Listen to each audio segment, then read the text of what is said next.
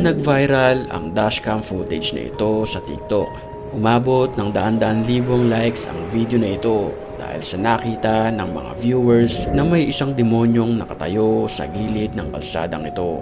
Panoorin natin.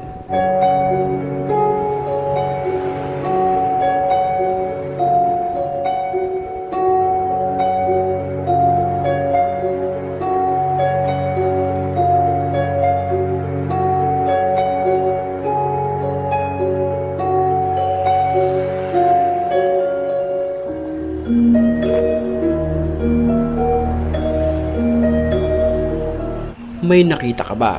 Pwes, kung meron, ay mayroon kang third eye. Pero ako kasi, ilang beses ko mang tong ulitin, ay hindi ko talaga makita yung mga nakikita ng ibang tao. At kung meron ka man nakita sa video na ito, pwede mo pang i-comment sa comment section para naman may idea rin kaming mga walang third eye.